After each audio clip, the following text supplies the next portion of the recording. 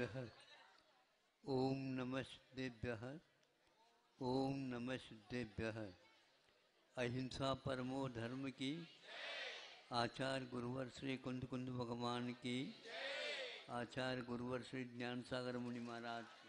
आचार्य भगवान श्री विद्यासागर जी महामुनिराज की। जब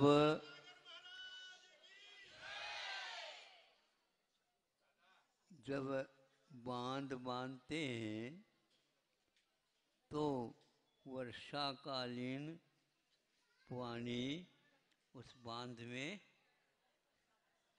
इकट्ठा हो जाता है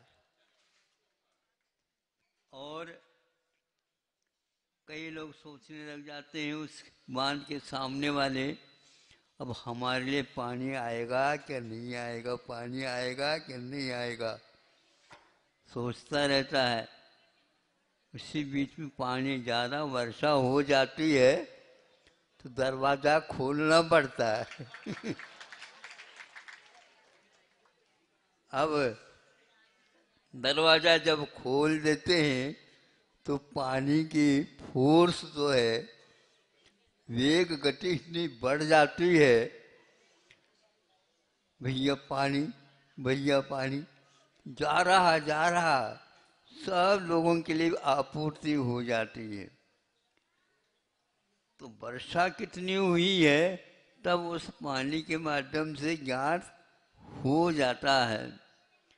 तो पूरी नदी जहाँ से निकलती है वहाँ से लेकर के पहुँचते जहाँ पहुँचना भरूच जैसे, वहाँ तक सभी जगह के बांधों के कारण पानी सबको व्यवस्थित हो जाता है।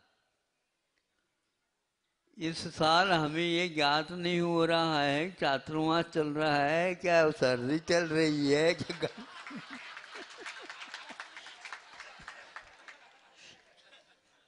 नहीं समझे।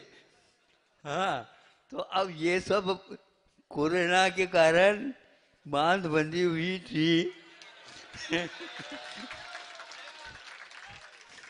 अब ये दक्षिण भी और उत्तर भी और पूर्व भी और पश्चिम भी, ऊपर से नीचे से सब जगह चारों तरफ से कौन से नदी का पानी कहाँ पर कैसा आ रहा पता नहीं लग रहा। अब हम चातुर्मास चल रहे कहें क्या, अब शीतकाल चल रहा है कहें कि पता ही नहीं।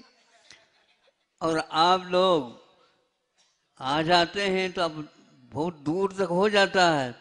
तो इन लोगों ने अच्छा सुविधा किया कर रखा है शास्त्र दान का, तो वहाँ उसके बहाने से नहीं समझे एक शास्त्र ले रखा है और 10-20 व्यक्ति उसके साथ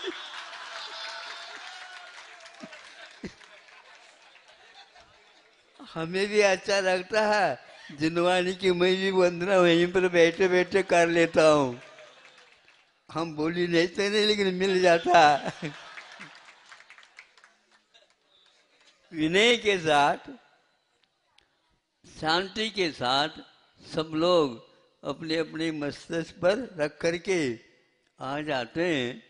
लेकिन ये ध्यान रखा करो जो पीछे वाले बैठे हैं वे भी आए हैं आप जैसे हैं, इसलिए ज़्यादा न करके एक व्यक्ति एक प्रतिनिधि कर दो। और दूसरा हम अवश्य इसके लिए और युक्ति बता देते हैं, जहाँ पर आप बैठे हैं वहीं पर बैठे बैठे खड़े नहीं होना, बैठे बैठे हाथ लगा देना तो यहाँ तक आ जाएंगे। और वहीं पर हाथ जोड़ देना। हमारे कौन सा शास्त्र है किसी को मालूम नहीं पड़ेगा कि किसने। शास्त्र तो कम से कम भंडार तो अच्छा रखा करो, हम ये देखते वो भी बाढ़ में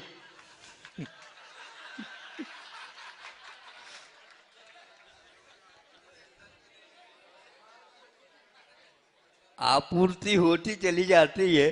तो ये अच्छी युक्ति है, हर एक व्यक्ति को शास्त्रदान लेने का सौभाग्य प्राप्त हो जाता है।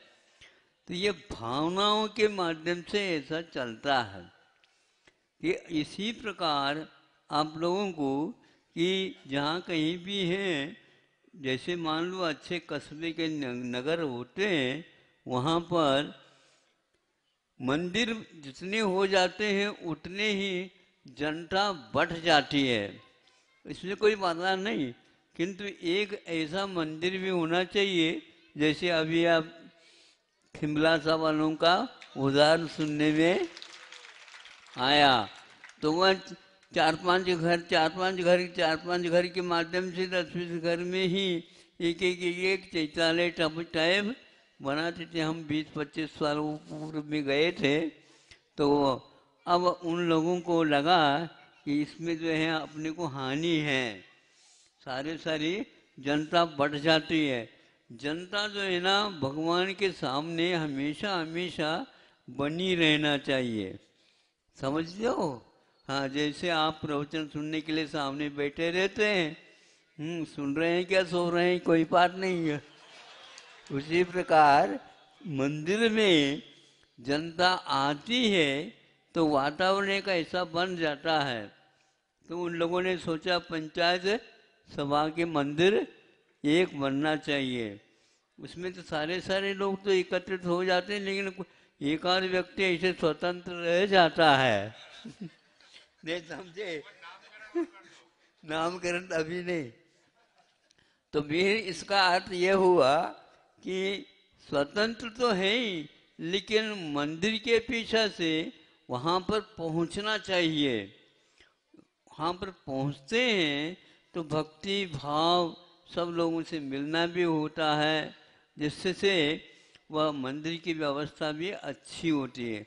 मंदिर की व्यवस्था का अर्थ ये नहीं है पूजन, अभिषेक, दर्शन आदि आदि और कोई भी बाहर से आ जाते हैं उन सब की व्यवस्था, और एक दिन के लिए रुकना होता है तो वह 2-3 दिन भी रुक सकता है। मेहमान आ जाता है तो आपके लिए खर्चा होता है, और यहाँ पर मंदिर में यदि वहीं कोई व्यवस्था रुक जाता है तो वहाँ पर व्यवसाय होता है। व्यवसाय का मतलब एक प्रकार से अपने भाव हो जाते हैं दान के। इस प्रकार मंदिरों की व्यवस्था और भक्ति भाव पाठ आदि होते हैं। और जो शहर में रहते हैं मंदिर, उनकी भी व्यवस्था और अच्छी बन जाती है। इस प्रकार सभी घर सभी मंदिरों से इस प्रकार जुड़ करके भक्ति भाव का लाभ उठा सकते हैं। देखो, पंचम काल होने के कारण तीर्थंकरों के अभाव होने से यहाँ पर कुछ भी नहीं बनता ऐसा नहीं है, वहाँ पर भी ऐसा ही चलता है जहाँ पर यहाँ पर भी चल रहा है। क्योंकि कितने भी हो भाव तो सीमित ही रहते हैं। आप कितने भी करेंगे, गृहस्थ आश्रम में जो भाव बनते हैं वह एक सीमा को लेकर के बनते हैं। यह बीज के काम करेंगे, उन भावों के माध्यम से आप बीजारोपण कर रहे हैं।